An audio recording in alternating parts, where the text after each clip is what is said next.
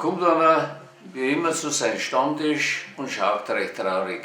Sagen die anderen, was hast du denn, warum schaust du so traurig? Ja, ich habe jetzt eine Freundin aus Schwarzafrika und die ist ja so schwarz und da habe ich Angst, dass wir die in der Nacht einmal zusammenfahren, weil man die sieht man ja nicht in der Nacht.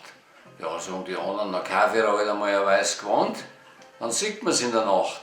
Ja, dann ist er in ein Kaufhaus gegangen und hat ja einen weißen Hut, weiße Handschuhe, ein weißes Kleidl, weiße Strümpfe und weiße Schuhe gekauft.